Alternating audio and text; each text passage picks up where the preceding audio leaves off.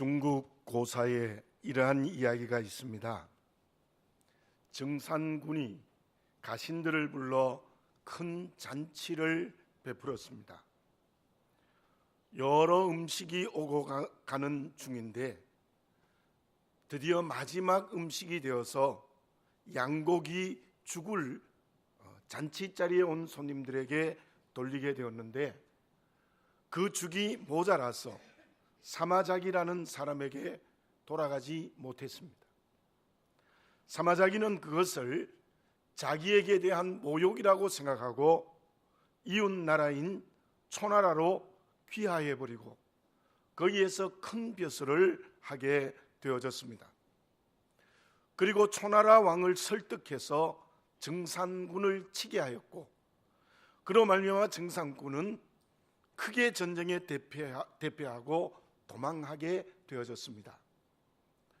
도망을 가는데 두 사람의 건장한 사람이 따라와서 정산군을 지켜줍니다. 너희들이 누구냐? 그랬더니 두 건장한 사람이 이렇게 말합니다. 저희들은 은혜를 갚기 위하여 따라왔습니다. 부친이 길가에 쓰러졌을 때 정산군께서 찬밥으로 구해 주셔서 그 은혜를 갚기 위하여 따라왔습니다 라는 대답을 했다고 합니다. 그때 정산군이 하늘을 우러러 이런 말을 했다고 합니다. 양고기 국물 때문에 나라를 잃고 찬밥 한 덩이 때문에 목숨을 구하는구나, 그런 얘기를 했대요. 참으로 소소한 일 때문에 생명을 잃기도 하고 생명을 얻기도 한다는 교훈이 있고, 우리가 살아가는 삶의 걸음에서 특별히 작은 일에 성실하고 조심하라는 의미가 그 교훈에 있을 것입니다. 사람은 이 세상을 살아가면서 참으로 큰 일이나 작은 일 때문에 생명을 얻기도 하고 생명을 잃기도 하는 것이 인간사라고 말할 수 있습니다. 그렇다고 하면 믿음을 가지고 살아가는 저와 여러분에게 참으로 중요한 여럿이 있는데 그 중에 가장 중요한 것은 생명입니다. 예수님께서 마태복음 16장 26절에서 이렇게 말씀을 하셨습니다. 사람이 만일 온 천하를 얻고도 제 목숨을 잃으면 무엇이 유익하리요?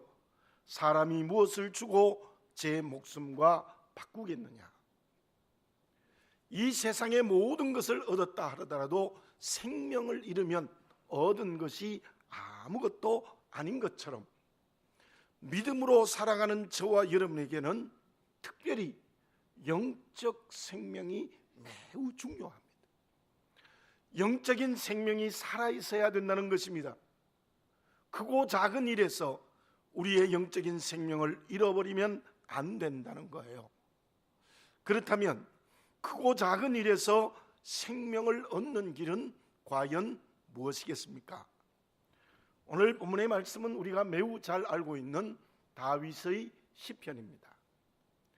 일반적으로 본서는 다윗이 노년에 부른 노래라는 것이 일반적인 생각입니다.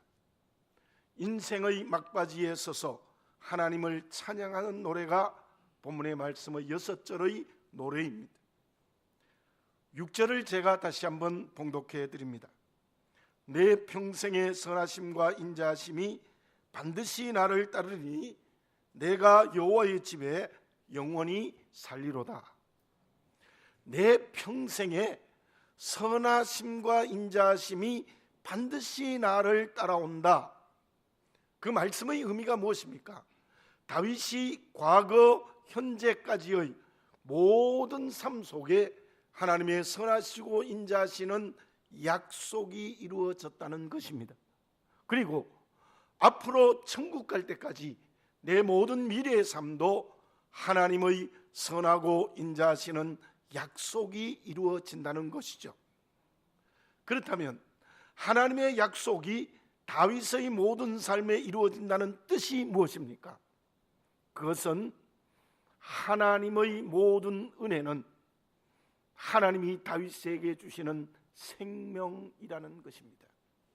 하나님의 약속이 이루어진다는 것은 하나님의 생명이 다윗의 과거와 현재와 미래까지도 다 이룬다는 거예요. 그리고 그 다음 말씀이 무엇입니까? 내가 여호와의 집에 영원히 살리로다. 여호와의 집은 예루살렘 성전의 성소입니다. 다윗은 하나님께 온전히 열려져서 끊임없이 하나님과 교제한다는 것입니다. 여기에서 다윗이 하나님과 교제한다는 고백이 무엇입니까?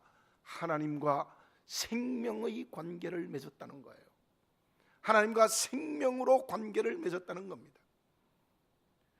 그 생명으로 과거, 현재, 미래를 함께 하시고 생명으로 교제한다는 것을 3절에 있는 주께서 나와 함께 하신다는 말씀과 연결되어질 수 있습니다.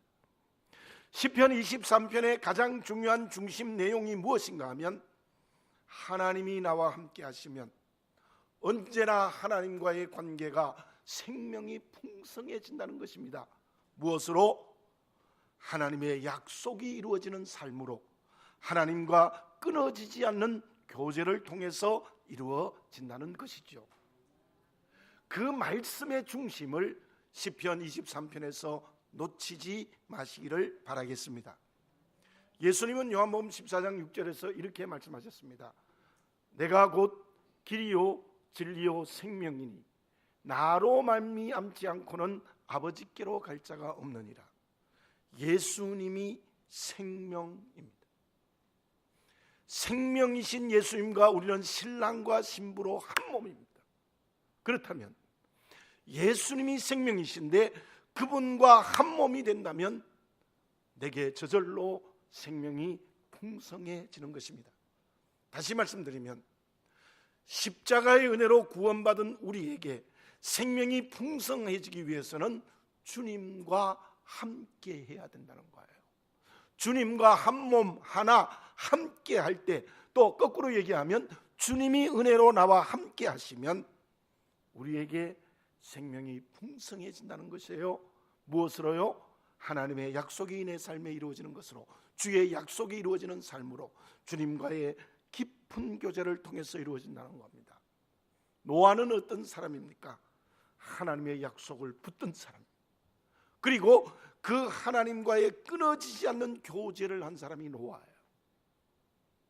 그러므로 그 노아는 생명이 풍성했습니다.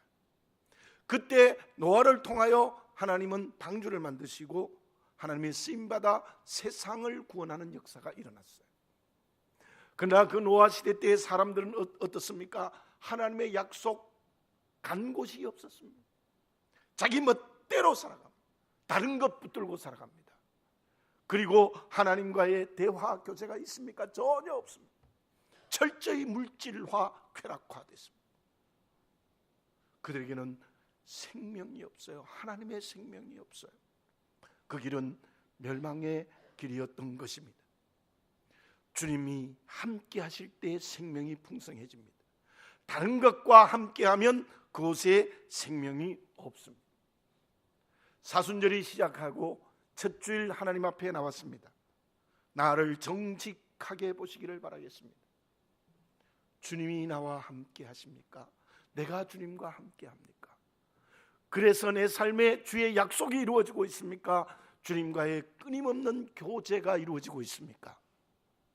다시 한번 주께서 나와 함께 하시는 은혜 앞에 내가 주님과 함께하는 선택의 결단을 함으로 말미암아 내 삶에 주의 약속이 이루어지고 주와 끊임없던 교제가 살아 움직여서 우리가 사순절 첫 주일 예배를 드리면서 영적 생명이 가장 먼저 풍성해지는 성령의 역사가 일어나야 될 줄로 믿습니다.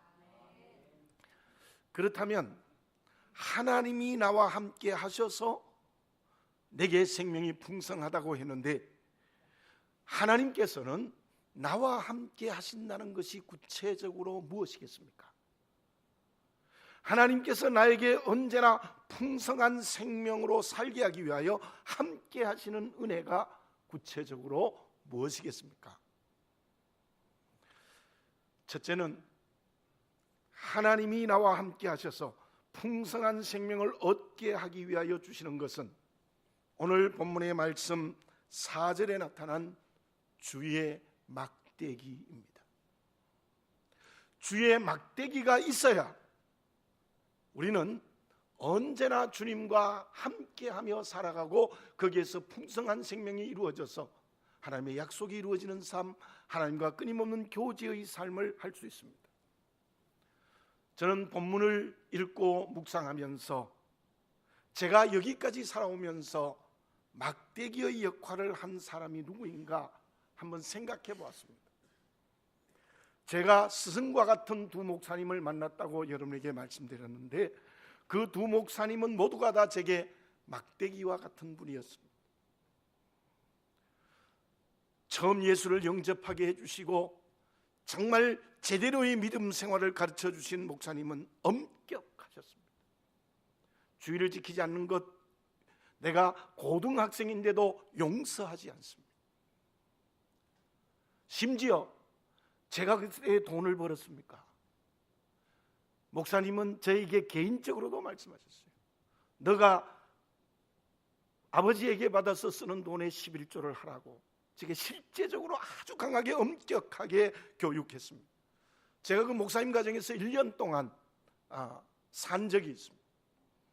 그 생활교육이 얼마나 철저하고 엄격한 교육을 저는 고등학교 때 다시 한번 목사님으로부터 받았습니다. 그게 저에게는 가장 첫 번째 주의 막대기였습니다. 근데 두 번째 만난 목사님은 전혀 반대인 목사님인데 굉장히 엄격하셨습니다. 저하고 악수 한번 제대로 하지 않았어요.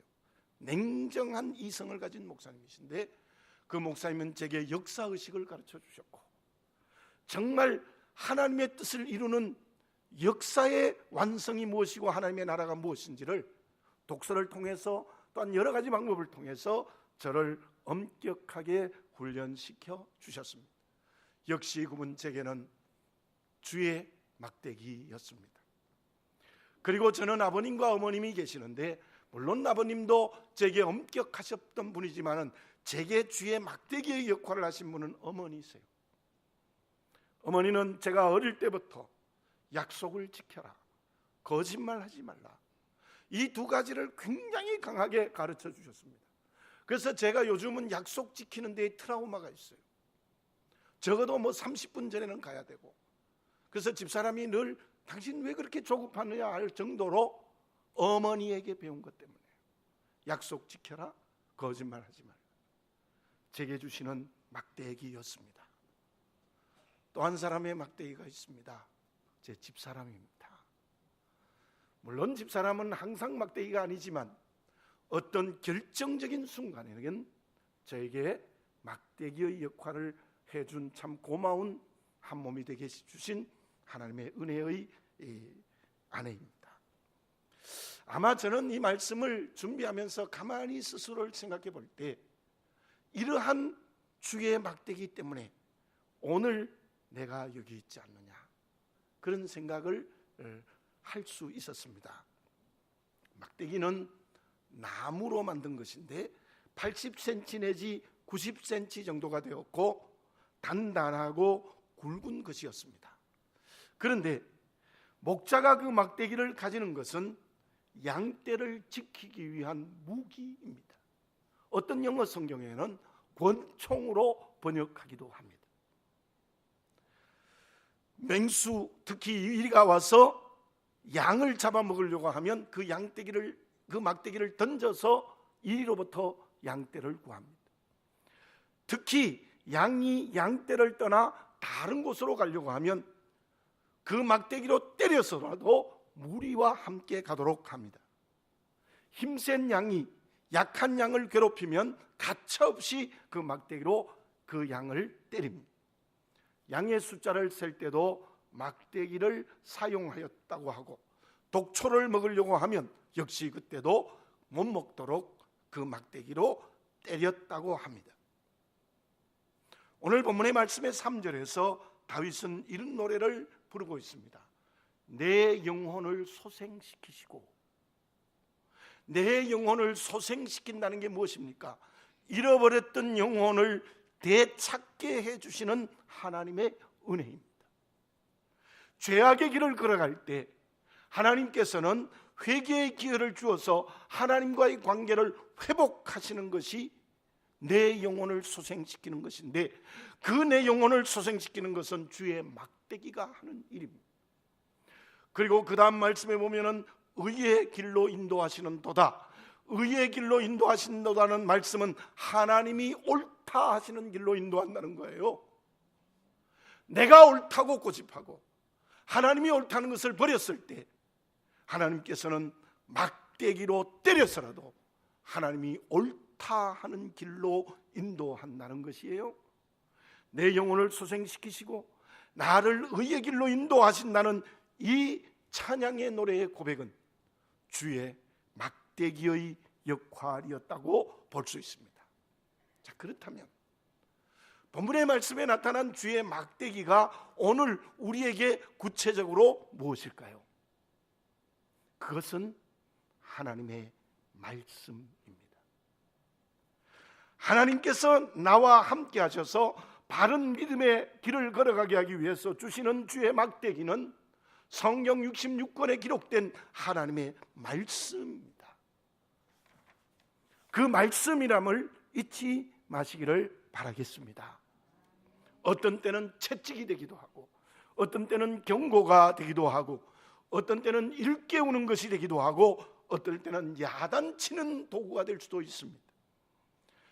믿음의 길을 제대로 가지 않고 탈선하면 주의 막대기인 말씀이 나를 때려서라도 탈선으로부터 돌아오게 합니다.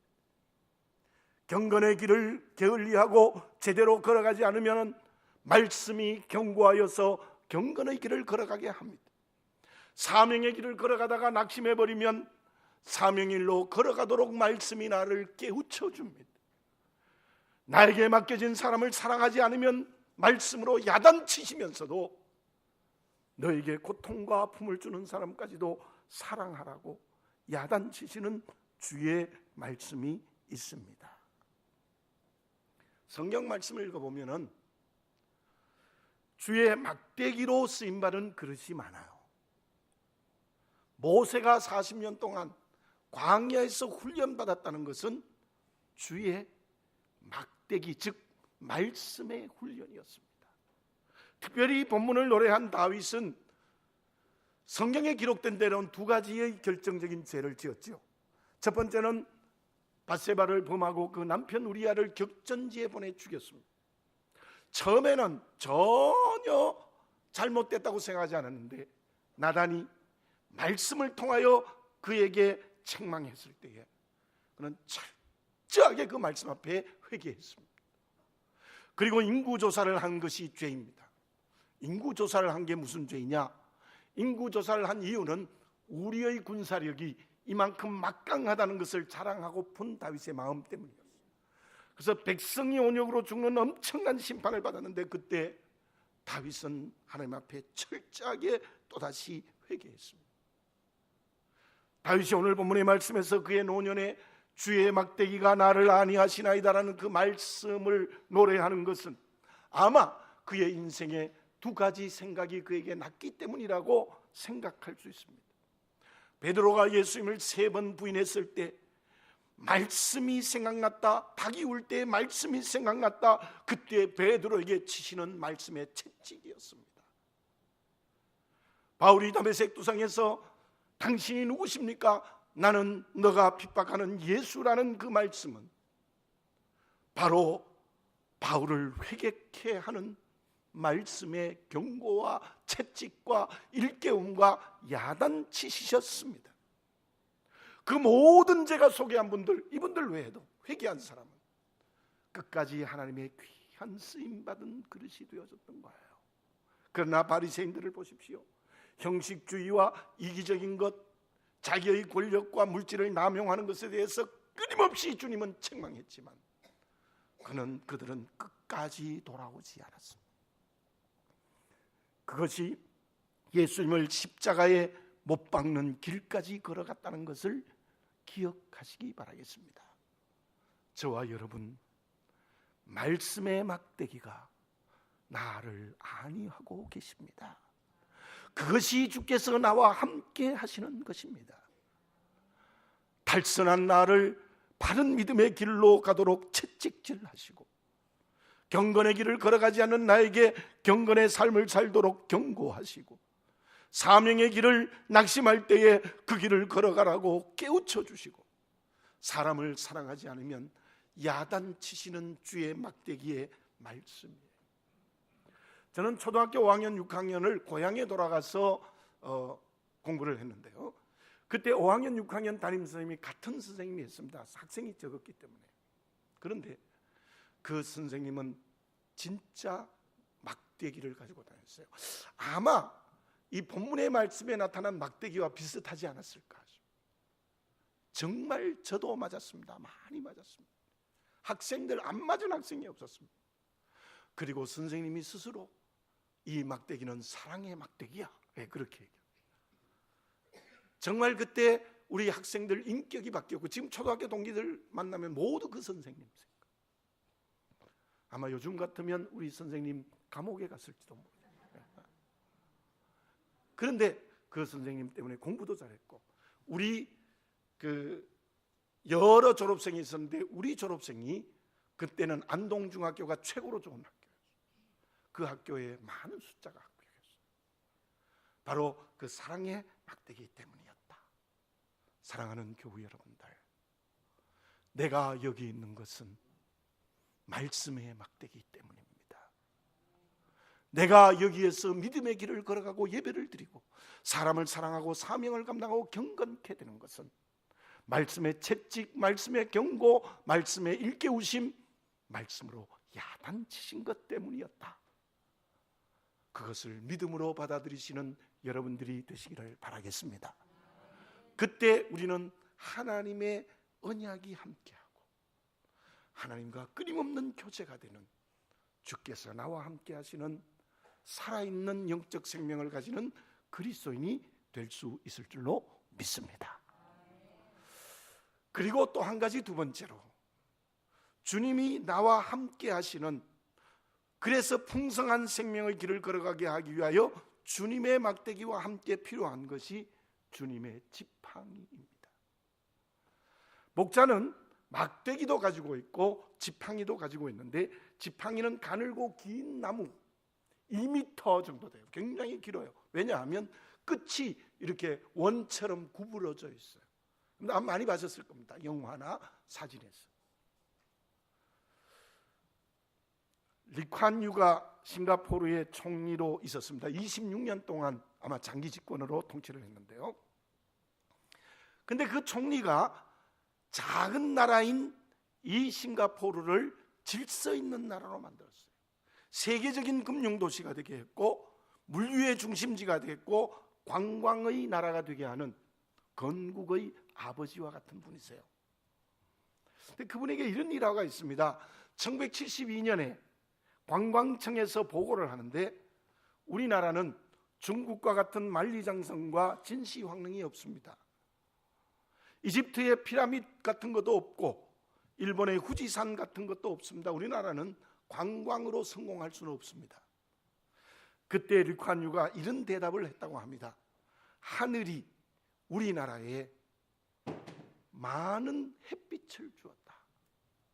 햇빛 하나면 족하다, 이런 말을 했대요.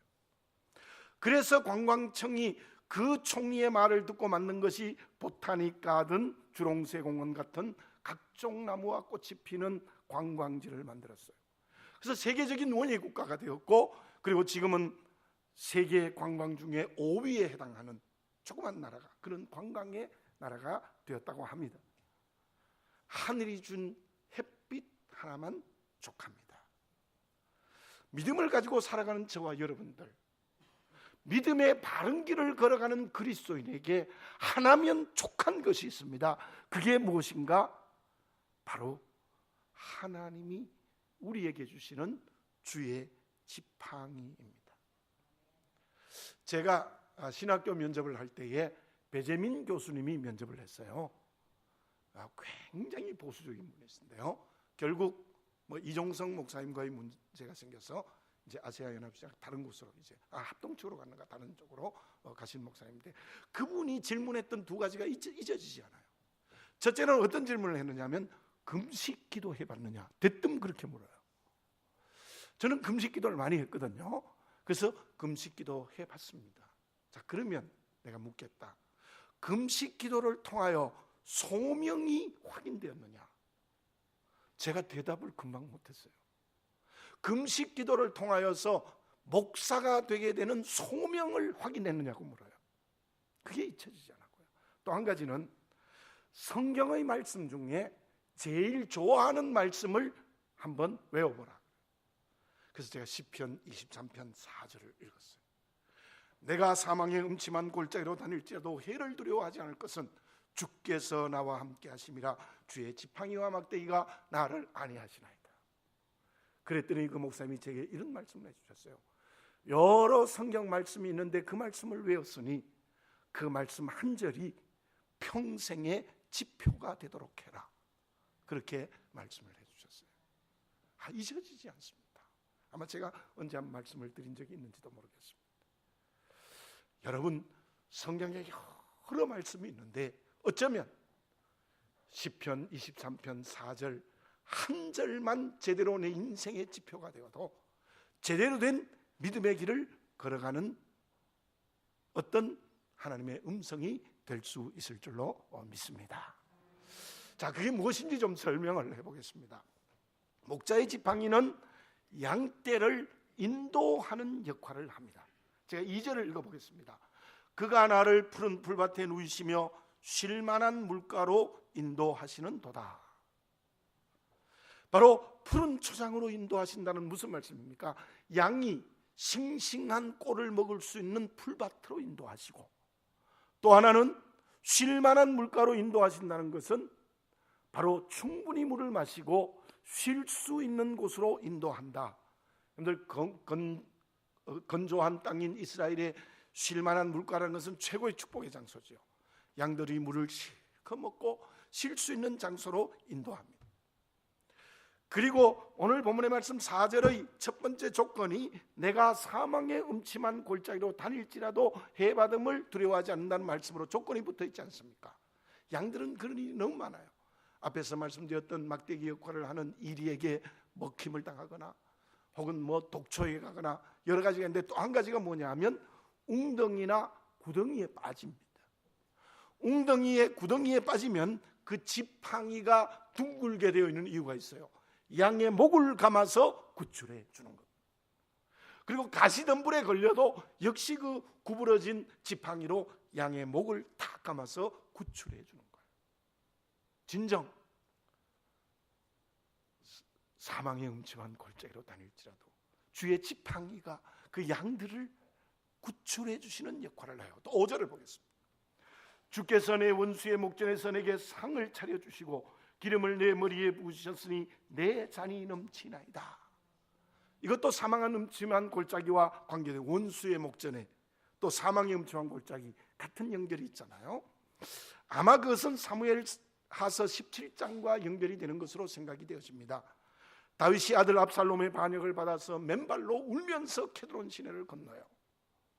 그리고 600명의 군사가 따라와서 함께 광야로 가는데 먹을 것도 없었고 마실 물도 없었어요. 마하나임에 이르렀을 때에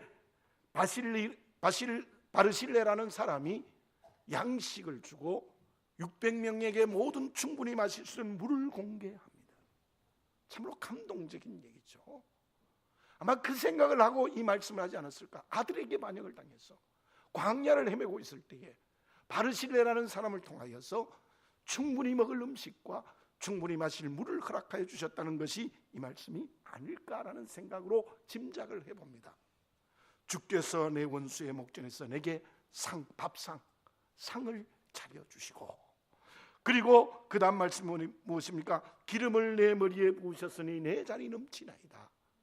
기름을 내 머리에 부었다. 사무엘을 통하여 다윗의 머리에 기름을 부었습니다. 실제로 이 고백대로 사울에게 쫓김을 당하여 죽을 고비를 여러 번 넘겼지만 드디어 이스라엘의 왕으로 세우시고 왕이 되어서 지경을 넓혀주시는 큰 은혜의 지팡이가 다윗에게 허락되어졌다는 고백의 노래라고 말씀을 드릴 수 있습니다.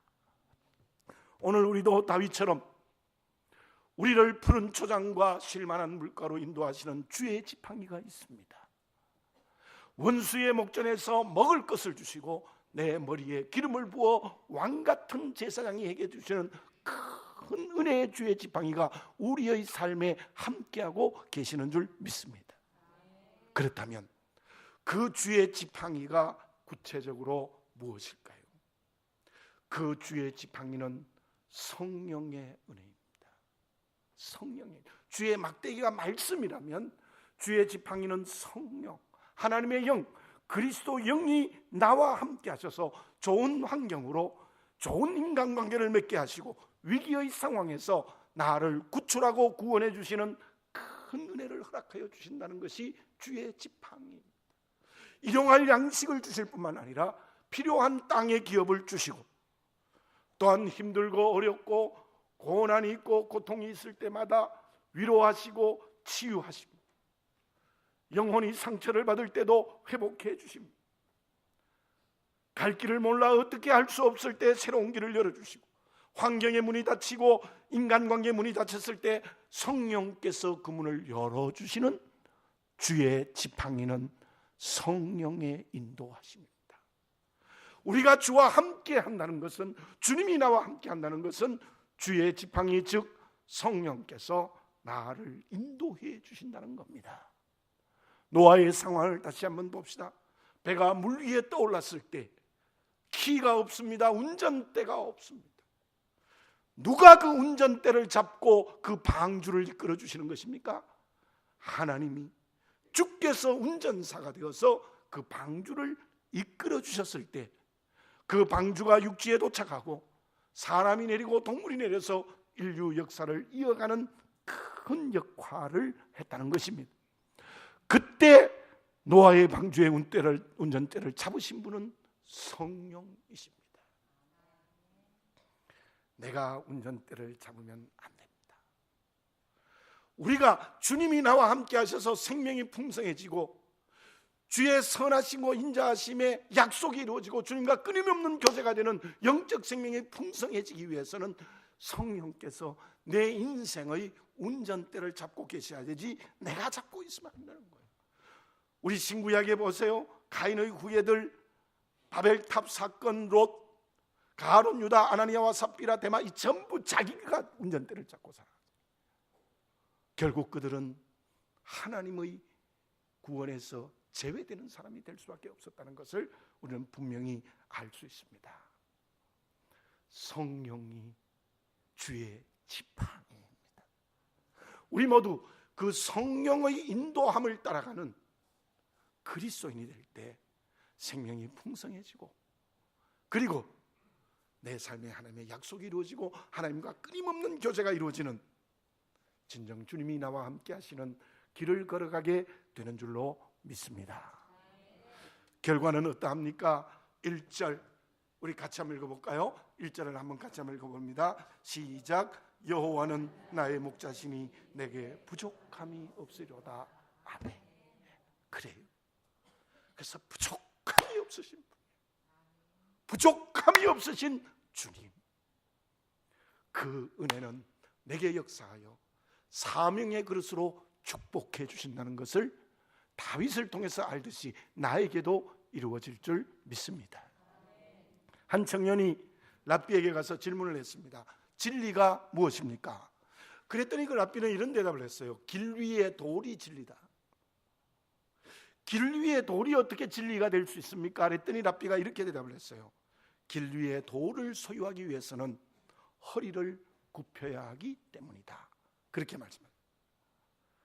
허리를 굽히는 사람, 그것이 주께서 나와 함께 하시는 순종의 모습입니다. 주께서 나와 함께 하시는데 허리를 굽히지 않고 자기가 주인 되면 생명의 길을 걸어갈 수 없습니다. 주님이 나와 함께 하셔서 생명이 풍성해지기 위해서 나와 함께 하시는 막대기와 지팡이의 말씀과 성령의 은총 앞에서 허리를 굽히셔서 부족함이 없으신 하나님의 은혜를 체험하고 그로 인하여 사명의 길을 달려가는 우리 모두가 되어져야 될 줄로 믿습니다. 기도드리겠습니다. 사랑하는 아버지 하나님, 감사합니다. 오늘 저희들에게 시편 23편의 말씀을 주셨습니다. 무엇이 나와 함께 하는지 허리를 굽히는 선택의 결단을 하게 하여 주시옵소서. 말씀의 채찍과 같고 경고와 같고 야단치신과 같은 말씀의 막대기가 나와 함께 하시는 은혜이고, 성령의 아름다운 곳으로 인도하시고 위로하시고 치유하시고 길을 열어주시는 주의 지팡이와 은총이 주께서 나와 함께 하시는 것인 줄 믿습니다. 그 말씀에 온전히 순종하여 우리의 생명이 풍성해져서 하나님의 약속이 이루어지고 하나님과 끊임없는 대화가 살아있는 길을 걸어가게 하여 주시옵소서. 여호와는 나의 목자시니 내가 부족함이 없으리로다. 그 길을 걸어가는 것이 주의 고난에 동참하는 길인 줄 믿습니다. 예수님의 이름으로 기도드립니다. 아멘.